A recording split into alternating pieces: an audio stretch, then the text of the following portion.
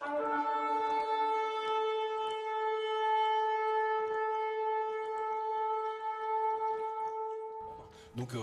je veux dire, quand vous êtes patron de la DGSE, vous avez encore ou ex-patron, vous avez des... Et je vous livre encore les deux plaidoiries du monde. Oui, elles sont très belles. Sur la question, Bill Gates utilise les vaccins pour réduire la population mondiale. Le monde répondant, il y a une volonté de contrôler la croissance démographique, mais il n'y a pas de politique génocidaire. Et sur la notion de vouloir faire un puçage électronique mondial des citoyens, le monde répond que ce n'est pas exact. Il y aurait un carnet de vaccination, il y a eu des essais de carnet de vaccination sous-cutané. C'est merveilleux, on est dans l'apocalypse de genre. Hein. Oui, c'est... En Afrique d'ailleurs. Oui, bah oui, ils testent toujours en Afrique. Hein. Oui, c'est des gens extrêmement racistes en fait. Hein. Ils les considèrent. La fierté voilà. Du laboratoire des. Non mais savez-vous quel est le numéro du brevet de Microsoft justement? Ils ont fait exprès, si tu veux, pour que le brevet porte le numéro. Alors ils n'ont pas réussi à obtenir 666, ils ont 66. D'ailleurs, je l'ai là quelque part. Mais je voulais vous montrer ça. Parce qu'on a la capture écran, là, on a même le numéro du brevet, vous pouvez le consulter. C'est le principe, si vous voulez, d'une puce qui s'auto-alimente avec les mouvements et qui transmet en même temps des données. Donc la volonté, il y a une volonté claire, si vous voulez. D'ailleurs, on l'a vu avec l'application. Microsoft et Google ont installé, sans demander votre avis, une application Covid sur votre téléphone. Donc, si vous branchez le Bluetooth, il va examiner toutes les personnes que vous rencontrez. Non, mais attendez, vous imaginez, là, on est dans un monde complètement orwellien. Certains voudraient que vous baissiez les yeux.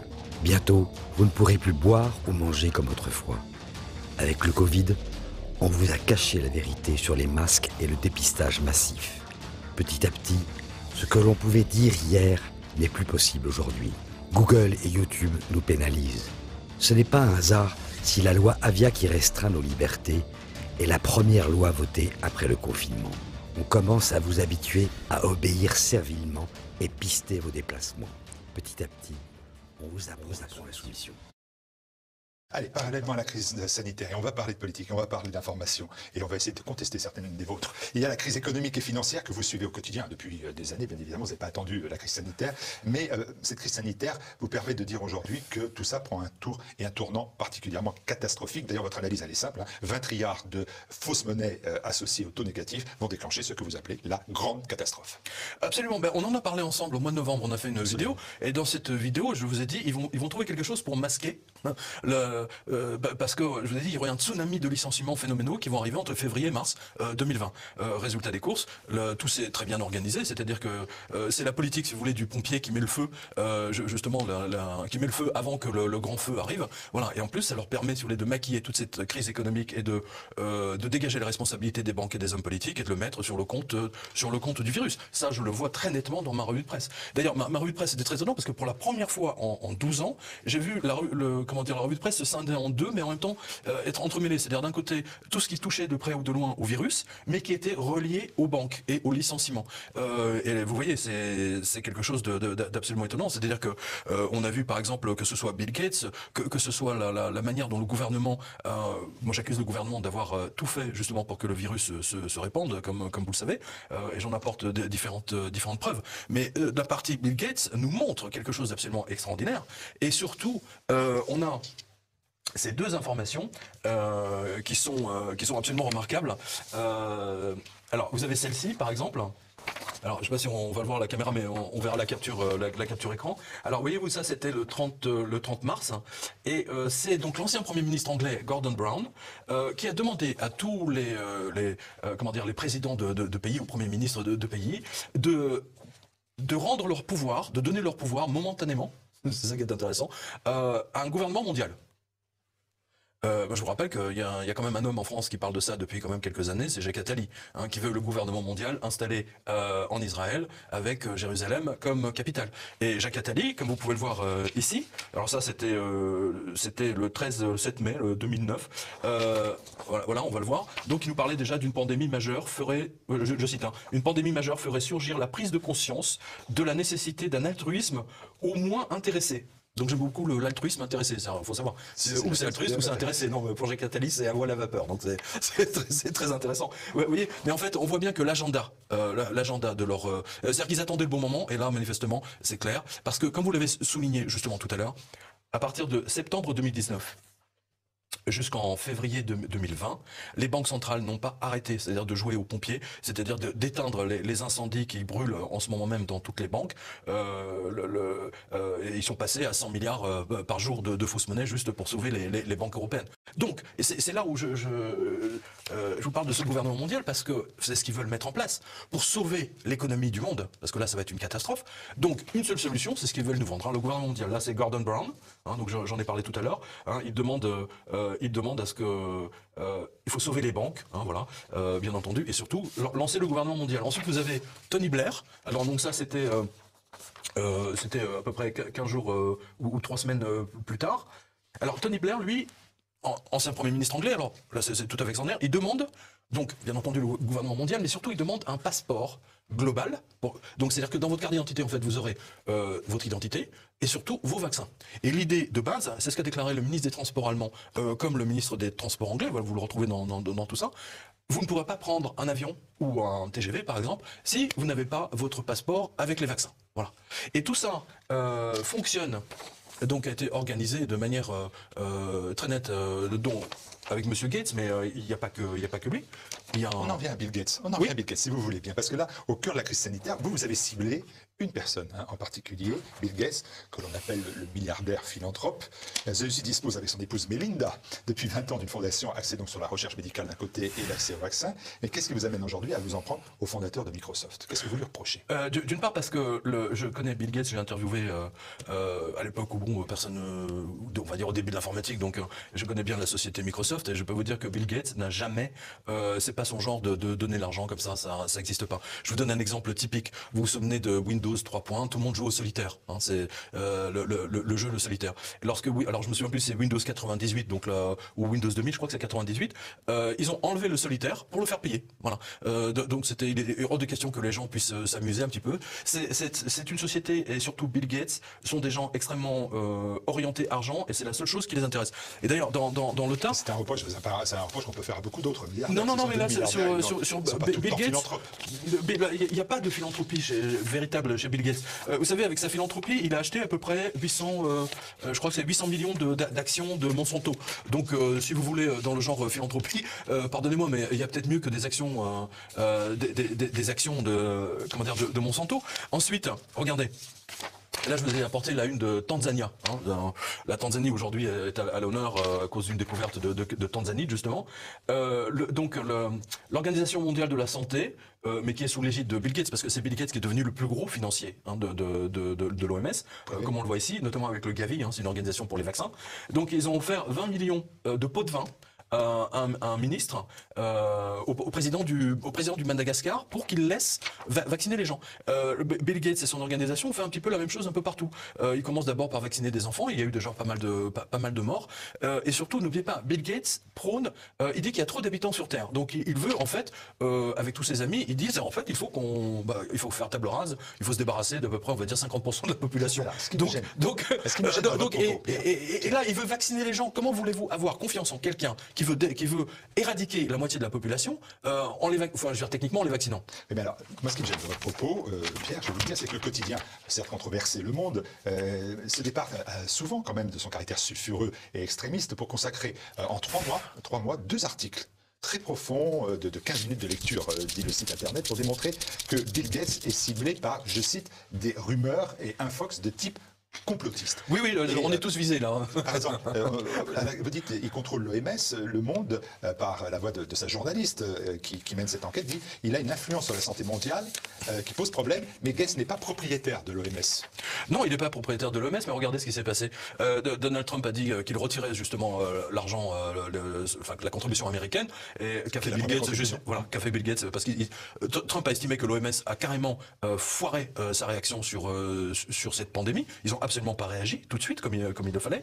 Et qui a pris tout de suite le relais financière de l'OMS, c'est la fondation Bill Gates. Qui est déjà deuxième contributeur direct du budget de l'OMS derrière les États-Unis, mais devant l'Allemagne, la Grande-Bretagne. Mais justement, alors puisque vous parlez du journal Le Monde, qui vous savez, qui est tellement fort pour désigner quels sont les sites qui donnent des fausses news, et je vous rappelle quand même que Bill Gates a fait un chèque de 2 millions d'euros, on arrondit, c'est 1,9 je crois, 2 millions d'euros donc l'année dernière, au journal Le Monde.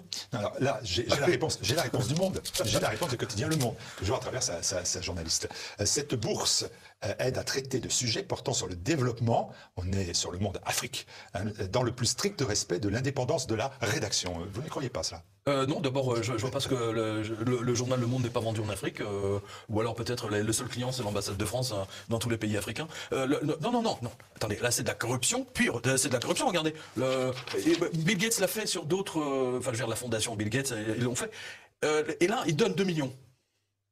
Pour aider au développement. De développement de quoi? Je ne sais pas, moi je dis que Développement dans le strict respect de l'indépendance de la rédaction. Pas du vaccin, c'est clair. Hein, et vous avez vu comment Le Monde a attaqué le professeur Raoult. Je veux dire, il faut mettre ça. Non, mais je comprends. Par exemple, vous dites Bill Gates, vous êtes de ceux qui disent Bill Gates, il a comment dire, déjà évoqué la pandémie dès 2015. D'ailleurs, il dit nous ne sommes pas prêts pour la prochaine pandémie et il fait une approche à peu près équivalente de ce qu'on a vécu. Le Monde dit attention, un Fox, on peut prédire, c'est pas pour ça qu'on crée.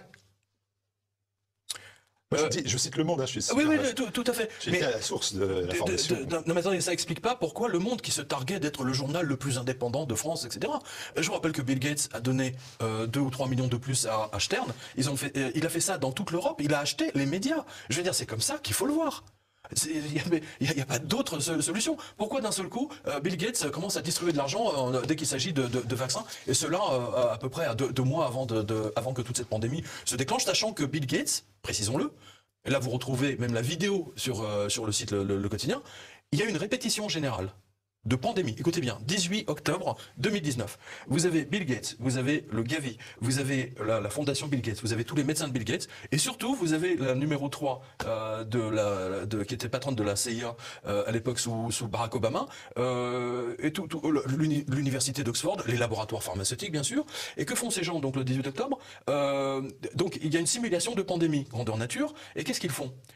Ils installent une fausse télé, genre c'est pas CNN mais c'est CMB, vous voyez, une fausse télé, et dans laquelle en fait ils disent très précisément qu'il faut prendre le contrôle de toutes les télévisions et surtout faire peur aux gens. Hein, vous avez la vidéo qui est disponible sur quotidien.com. Au même moment s'ouvrent les Jeux militaires de Wuhan, et c'est à partir de ce moment-là que le virus se répand. Sauf que là, j'ai quand même l'ancien patron de James Bond, c'est-à-dire le vrai, le MI6, monsieur Richard Derlove, donc qui a piloté les destinées du célèbre MI6, donc il dit le Covid-19 a été fabriqué en labo par des spécialistes, et il a déclaré ça dans le Télégraphe le 3 juin dernier. Il a déclaré Scientific report suggest key elements. Alors je peux vous dire que pour sortir ça, même en tant que même l'ancien patron du MI6, c'est pas rien.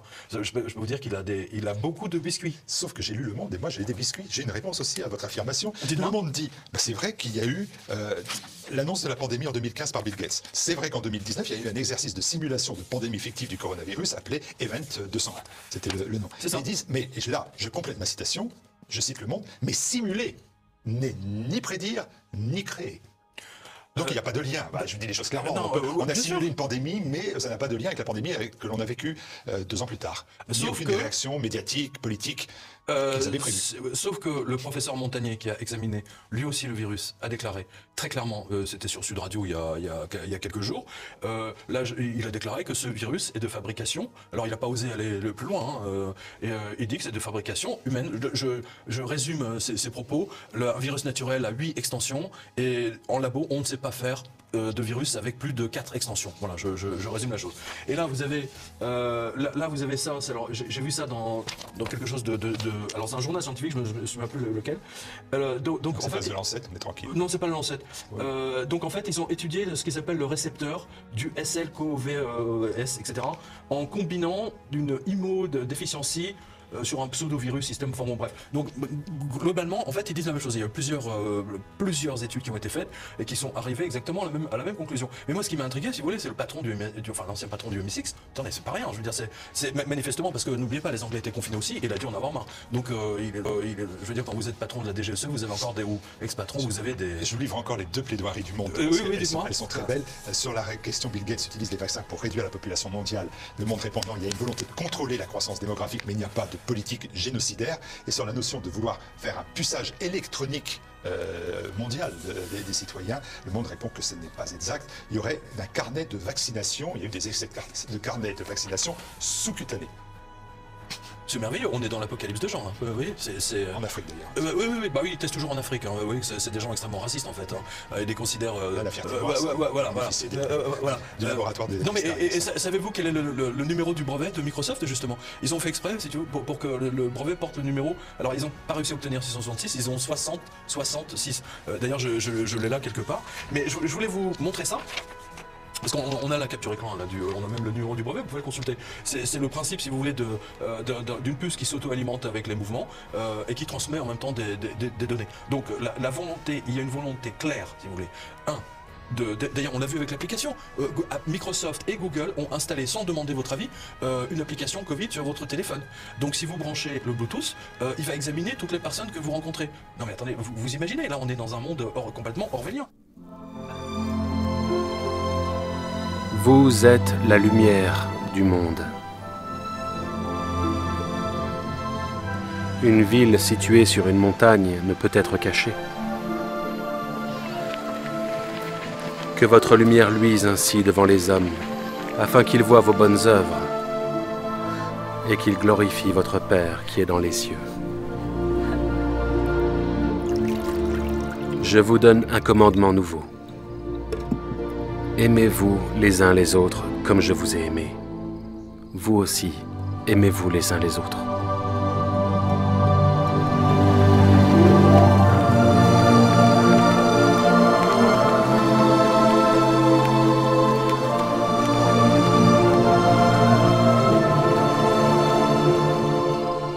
Père,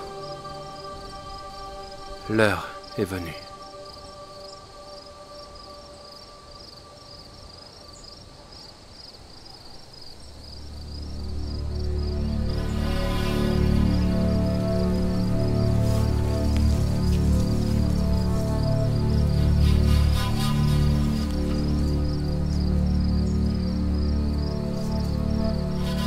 Abba.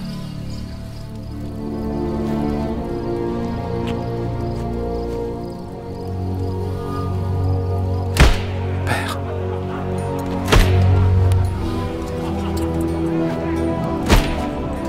Toutes choses te sont possibles.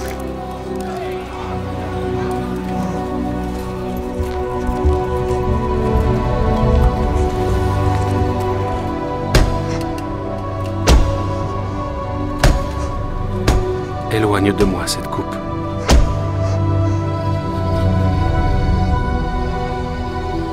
Toutefois, que ma volonté ne se fasse pas. Je remets mon esprit entre tes mains.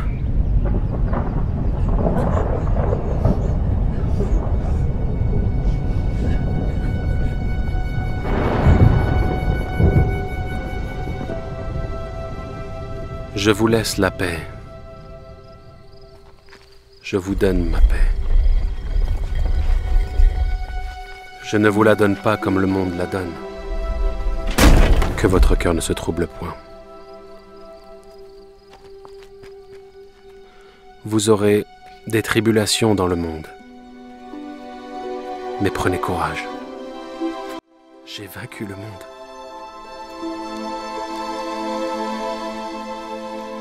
Car Dieu a tant aimé le monde qu'il a donné son Fils unique, afin que quiconque croit en lui ne périsse point, mais qu'il ait la vie éternelle.